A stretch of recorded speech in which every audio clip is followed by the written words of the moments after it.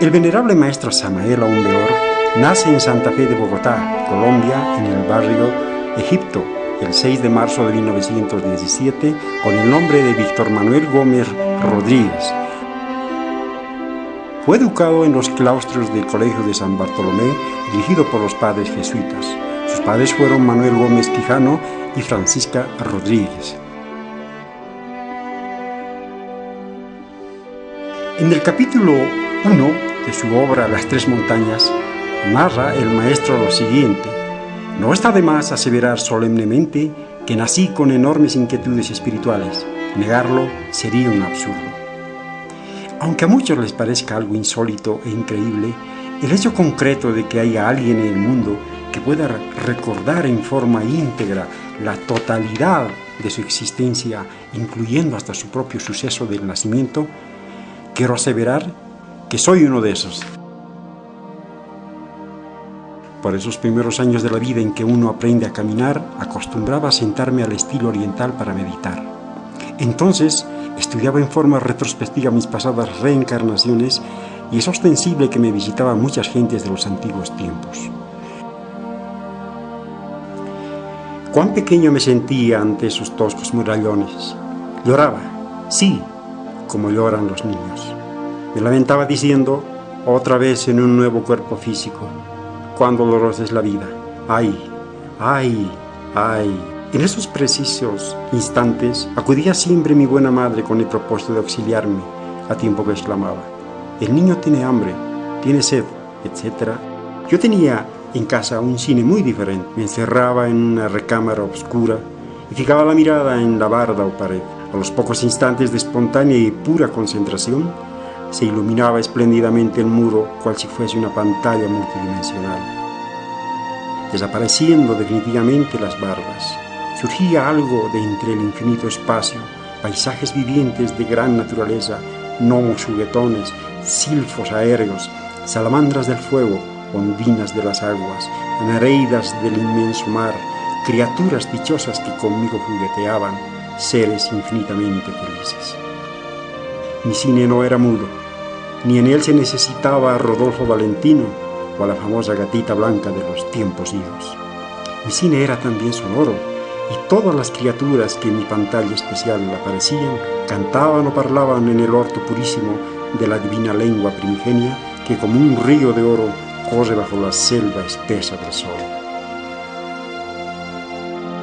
De muy joven, inicia sus estudios esotéricos en distintas escuelas existentes en esa época. Incursiona en la teosofía a través de la doctrina secreta de la maestra Blavatsky. Practicó con intensidad Raya Yoga, Bhakti Yoga, Jnana Yoga, Karma Yoga, etc. Posteriormente, dicta conferencias en la Sociedad Teosófica. En 1936 ingresa en la Escuela Gnóstica Rosacruz Antigua, institución fundada por el doctor Arnoldo Krumm-Heller, venerable maestro Viracocha. Otros autores esotéricos que habrían de preñar su formación esotérica fueron Franz Hartmann, Eliphas Levi, Rudolf Steiner, Max Heindel y otros. A sus 29 años conoce a su compañera de vida Arnolda Gazó, la venerable maestra Litelantes. En esa época, el maestro realizaba curaciones y era conocido por sus capacidades sanadoras. Los padres de una niña muy enferma enviarían a la hermana de la niña, doña Arnolda, a buscar a Víctor Manuel Gómez para que la asistiera. La niña se salva y es en estas circunstancias que ambos se conocerían, dos seres que luego de 15 días de haberse visto por primera vez se casarían. La boda fue una sencilla ceremonia en una parroquia local. A sus 30 años, en el año 1947, se produce el despertar espiritual. Víctor Manuel Gómez se conecta con su íntimo, Aún Weor, su mónada espiritual, coincidiendo con sus trabajos esotéricos de la primera montaña. Entraba así en el camino iniciático de misterios mayores. El 9 de abril de 1948, Aún Weor recibe a su padre interno, Samael. La misión de formar a una nueva cultura, forjar una nueva civilización y para ello crear el movimiento gnóstico. Así el maestro reunió un importante grupo de discípulos fundando el movimiento gnóstico. Su primer libro, escrito en 1950, es El matrimonio perfecto, que salió en una edición en mayo de 2.000 ejemplares, que se distribuyeron en Colombia y Centroamérica. En esta época pasaba el maestro por una situación de gran pobreza, lo cual le demandaba un terrible esfuerzo para imprimir dicha obra. Esta obra presenta la síntesis de ese camino que lleva al hombre al reencuentro de lo divinal, utilizando como puente salvador la única vía de rescate del género humano, el matrimonio y la magia sexual.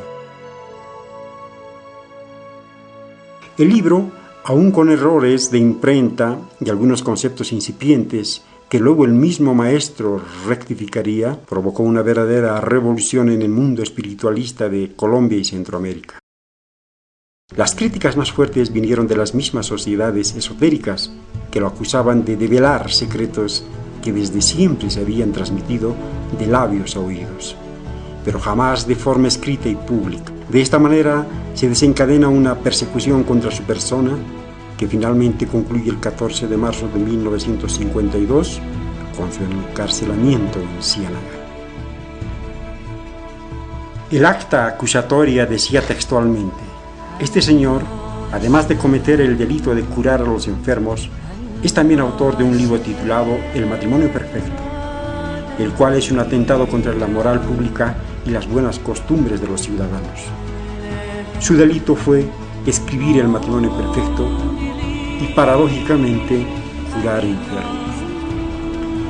El maestro continúa a pesar de estos hechos, con su ardua labor, y escribe en la cárcel curso zodiacal y apuntes secretos de un gurú.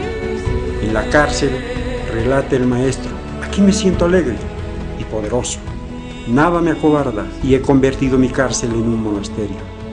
Así es como se ganan grados esotéricos. Antes de finalizar la distribución del matrimonio perfecto, el maestro ya estaba trabajando en su segunda obra, La Revolución de Bel. En esta obra plantea la eterna lucha entre los poderes del bien y del mal, el origen de la contienda y la posible metamorfosis de un demonio en ángel mediante tremendas mutaciones.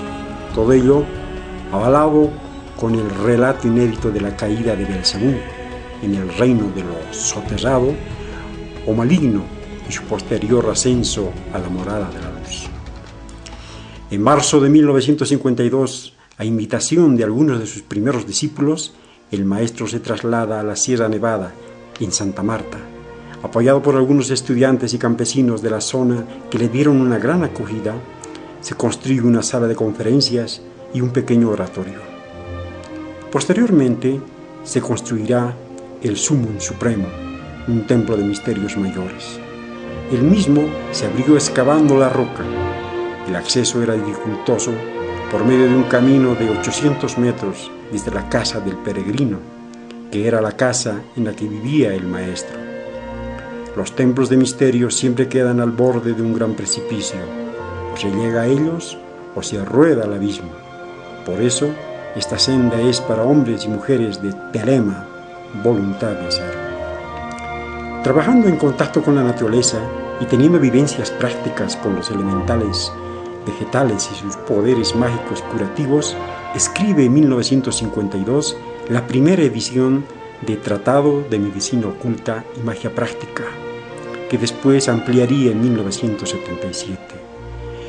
En ese medio de trabajo se realizan curaciones sorprendentes, ayunos y meditaciones, y se imparten cátedras magistrales.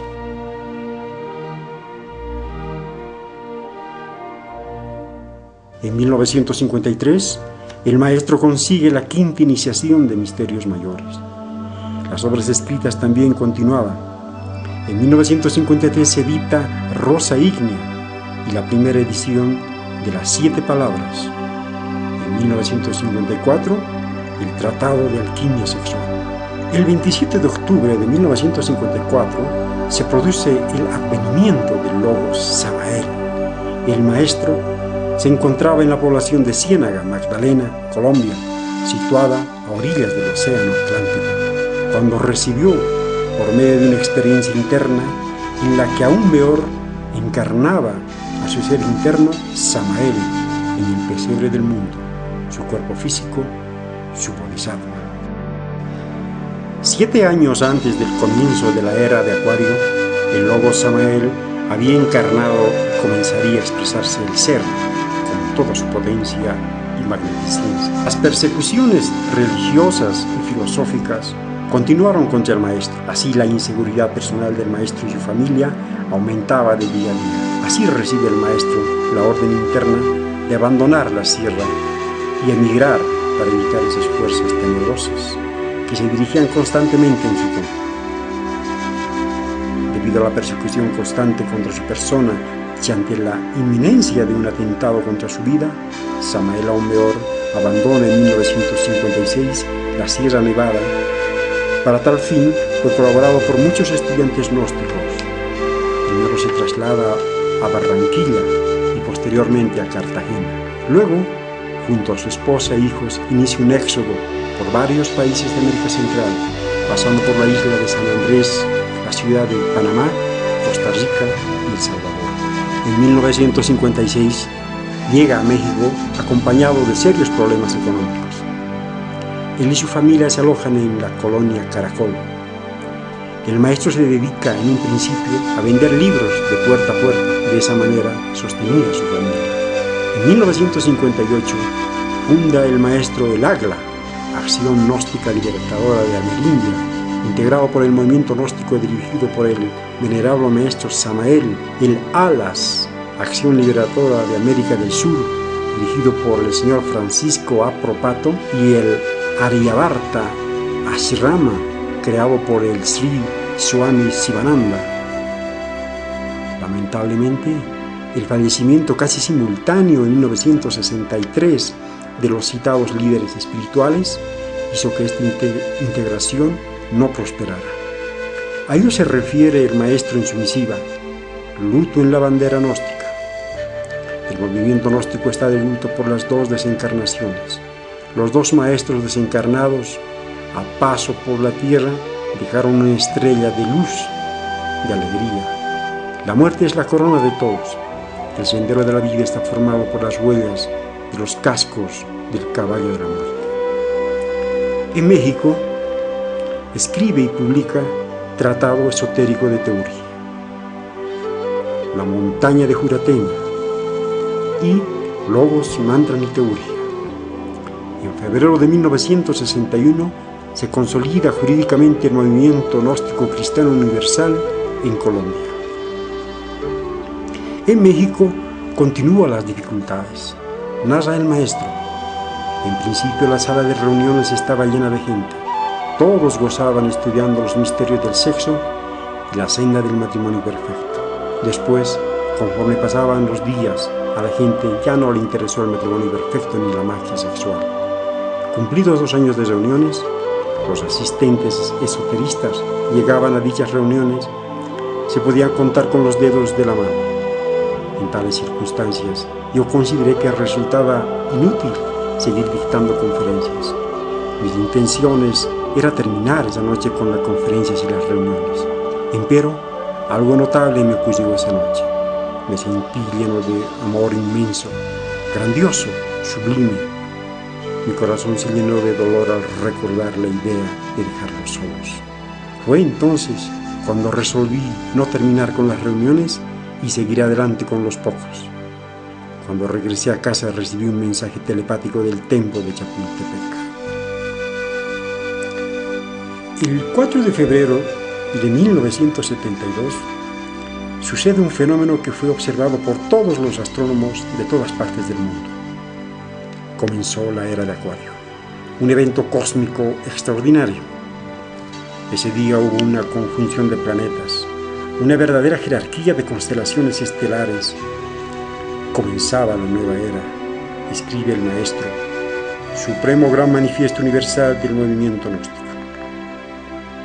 En 1963, el maestro autoriza la celebración del primer Congreso Gnóstico Latinoamericano en Cartagena, Colombia, que se extendería durante 6 días a partir del 27 de diciembre de ese año. En agosto de 1965 se edita la transformación social de la humanidad, en Bucaramanga, Colombia, y también El mensaje de Navidad, la ciencia de la música y el abuso sexual. Posteriormente se editan El collar del Buda, El libro de los muertos, Los cuerpos solares, Sabiduría gnóstica, Curso esotérico de magia rúnica, Mi regreso al Tíbet, Educación fundamental y El Parsifal develado. A partir de los años 70, el maestro incrementa la difusión de la enseñanza, realizando diversas giras por diferentes países de México. Hay conocimiento de sus viajes a Chihuahua, Nogales, Culiacán, en el norte de México, Puerto Vallarta, Hermosillo, Sonora, Cuernavaca, en Morelos, etc. En el comienzo de los años 70 se fundan centros gnósticos en muchas ciudades y los instructores y misioneros se multiplican. En 1971 se edita El misterio del aura florecer, con valiosísima enseñanza en torno a la eliminación del ego y la transmutación sexual. El 27 de diciembre de 1972 al 2 de enero de 1973 se celebra el Congreso Gnóstico Cristiano Ecuménico en San Salvador. Allí también se publica el libro Las Tres Montañas. En 1974 se publica la obra Si hay infierno, si hay diablo, si hay karma, en la que el maestro explica el significado y la naturaleza de los 9 círculos dantescos y los procesos evolutivos e involutivos de las esencias. Libro ilustrado con los dibujos del artista Alfredo Doré. Uno de los hitos del proceso de establecimiento de la gnosis a nivel mundial fue la creación del monasterio de Guadalajara. En 2 años de trabajo fueron cristalizados 40 misiones en diversas partes de México. También en 1975 comienza a trabajar en la develación del Pistis Sophia, la Biblia de los gnósticos. En 1975 se celebra el Encuentro Internacional de la Cultura Hermética.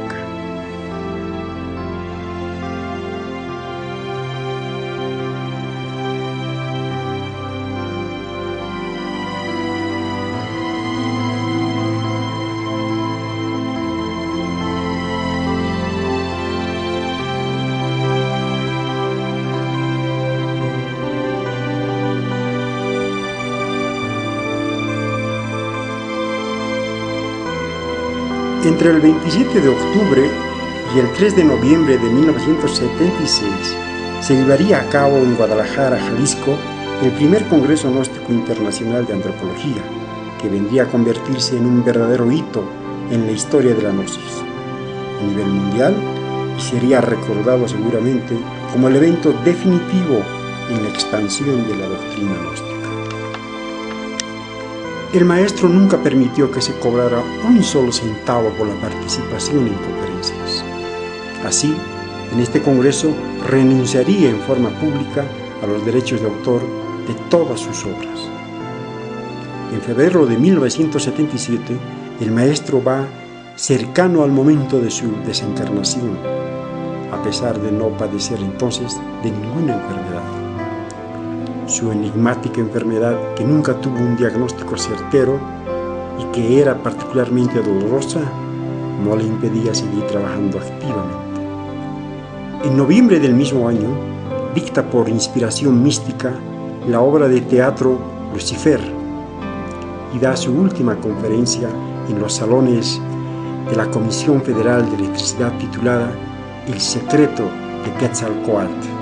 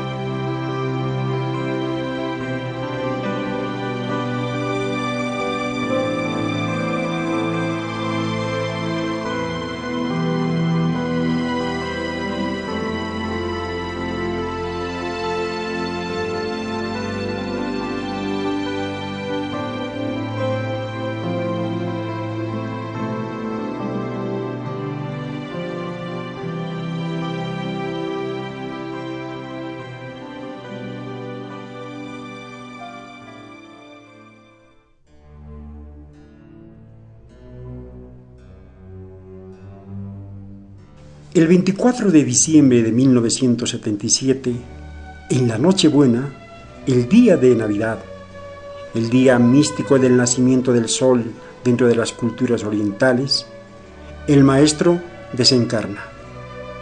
El maestro había anunciado con anterioridad que iba a realizar un proceso de reencarnación. Para ello, ordenó a un médico estudiante de la Gnosis que su cuerpo permaneciera 3 días en el velatorio para posteriormente ser cremado y sus cenizas arrojadas al mar. Así sus familiares echaron sus cenizas al mar Caribe.